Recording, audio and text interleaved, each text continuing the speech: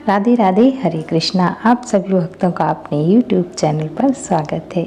और आज हम श्रवण करेंगे हरतालिका तीज व्रत कथा। तो चलिए शुरू करते हैं।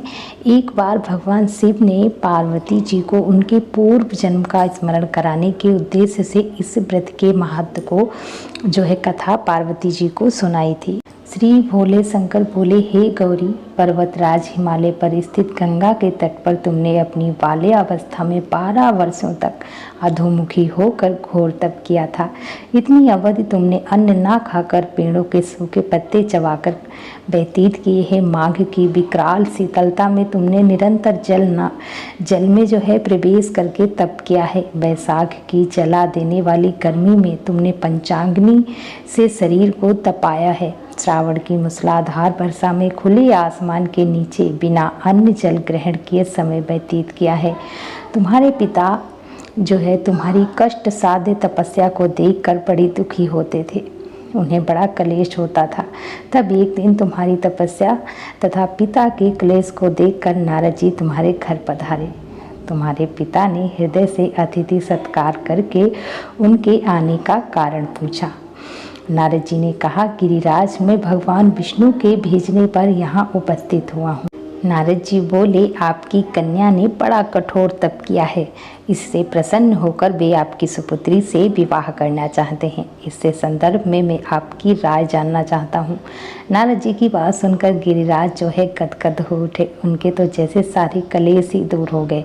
प्रसन्नचित होकर वे बोले, श्रीमान, यदि स्वयं विष्णु मेरी कन्या का वरण करना चाहते हैं तो मैं भला मुझे क्या आपत्ति हो सकती है। वे तो साक्षात ब्रह्मा हैं। हे महर्षि, या तो हर पिता की इच्छा होती है कि उनकी पुत्री सुख संपदा से युक्त पति के घर लक्ष्मी बने। पिता की यही इच्छा होती है कि पति के घर जाकर उसकी पुत्री पिता के घर से अधिक सुखी रहे। तुम्हारे पिता की स्वीकृति पाकर नारद जी विष्णु के पास गए और उनसे तुम्हारे ब्याह के निश्चित होने का समाचार सुनाया। मगर इस विवाह के संबंध की बात जब तुम्हारे कान में पड़ी तो तुम्हारे दुख का ठिकाना ना रहा। तुम्हारी एक सखी ने तुम्हारी इस मानसिक दशा को समझ लिया और उसने तुमसे जो तुम्हारा दुख है उसे जानना चाहा। तब तुमने बताया कि मैंने सच्चे हृदय से भगवान शिव शंकर का वरण किया है, किंतु मेरे पिता मेरा विवाह विष्णु जी से निश्चित कर दिया है। उनसे मेरा विवाह करना चाहते हैं। मैं विचित्र धर्म संकट में हूँ। अब मैं क्या करूँ? प्राण छोड़ देने के अतिरिक्त अब मैं कोई भी उपाय शेष नहीं बचा है। तुम्हारी सखी बड़ी ही समझदार और सूझबूझ वाली थी। उसने कहा, सखी, प्राण त्यागने का इसमें कारण ही क्या है? संकट के मौके पर धैर्य से काम लेना चाहिए। नारी के जीवन की सार्थकता इसी में है कि पति के रूप में हृदय से जिसे एक बार स्वीकार कर लिया, जीवन पर्यंत उसी से निर्वाह करे। सच्ची आस्था और एक निष्ठा से समक्ष तो ईश्वर को भी समर्पण करना पड़ता है। मैं तुम्हें घनघोर जंगल में ले चलती हूँ, जो साधना स्थली भी हो और जहाँ तुम्हारे पिता तुम्हें खोज भी ना पाए। वहाँ तुम साधना में लीन हो जाना। मुझे विश्वास है कि ईश्वर अवश्य ही तुम्हारी सहायता करेंगे। तुमने ऐसा ही किया। तुम्हारे पिता तुम्हें घर पर ना पाकर बड़े दुखी तथा चिंतित हुए। वे सोचने लगे कि तुम जाने कहाँ चली गई।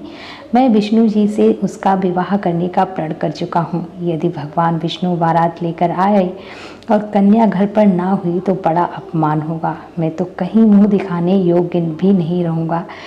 यही सब सोचकर गिरिराज जी ने जोर शोर से तुम्हारी खोज शुरू करवा दी। इधर तुम्हारी खोज होती रही, उधर तुम अपनी सखी के साथ नंदी के तट पर एक गुफा में मेरी आराधना में लीन थी। भाद्रपद शुक्ल की तृतीया को हस्त नक्षत्र था। उस दिन तुमने रेत के शिवलिंग का निर्माण करके व्रत किया। रात भर मेरी स्तुति के गीत गाकर जागी। तुम्हारी इस कष्ट के साध्य तपस्या के प्रभाव से मेरा आसन डोलने लगा। मेरी समाधि टूट गई। मैं तुरंत तुम्हारे समक्ष जा पहुंचा और तुम्हारी तपस्या से प्रसन्न होकर तुमसे वर मांगने के लिए कहा। तब अपनी तपस्या के फलस्वरूप मुझे अपने समझ पाकर तुमने कहा, मैं हृदय से आपको अपने पति के रूप में वरण कर चुकी हूँ। यदि आप सचमुच में मेरी तपस्या से प्रसन्न होकर आप यहाँ पधारे हैं तो मुझे अपनी अर्धांगिनी के रूप में स्वीकार कर लीजिए। तब मैं तथास्तु कहकर कैलाश पर्वत पर लौट आया। प्रातः होते ही तुमने पूजा की समस्त सामग्री को नदी में प्रवाहित करके अपनी सहेली सहित व्रत का पारण किया। उसी समय अपने मित्र बंधु व दरबारियों सहित गिरिराज तुम्हारे खोजते खोजते वहां आ पहुँचे और तुम्हारी इस कष्ट साध्य तपस्या का कारण तथा उद्देश्य पूछा। उस समय तुम्हारी दशा को देखकर गिरिराज जी अत्यधिक दुखी हुए और पीड़ा के कारण उनकी आंखों में आंसू आ गए। तुमने उनके आंसू पोंछते हुए विनम्र स्वर में कहा, पिताजी, मैंने अपने जीवन का अधिकांश समय कठोर तपस्या में बिताया है। मेरी इस तपस्या का जो है फल उद्देश्य यही है कि मैं महादेव जी को पति के रूप में पाना चाहती हूँ। आज मैं अपनी तपस्या की कसौटी पर खरी उतर चुकी हूँ। आप क्योंकि विष्णु जी से मेरा विवाह करने का निर्णय ले चुके थे, इसीलिए मैं अपने आराध्य की खोज में घर छोड़कर चली आई। अब मैं आपके साथ इसी शर्त पर घर जाऊंगी कि आप मेरा विवाह विष्णु जी से ना करके महादेव जी से करेंगे।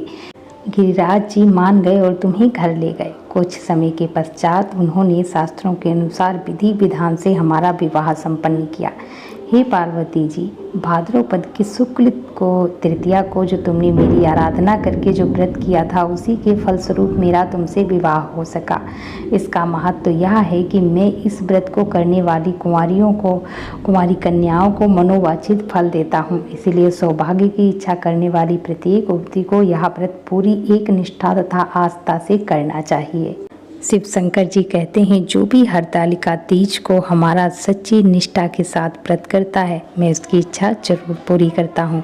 इसलिए कमेंट बॉक्स में हर हर महादेव जरूर लिखिएगा और मिलते हैं अगली वीडियो में। तब तक के लिए राधे राधे, हरे कृष्णा।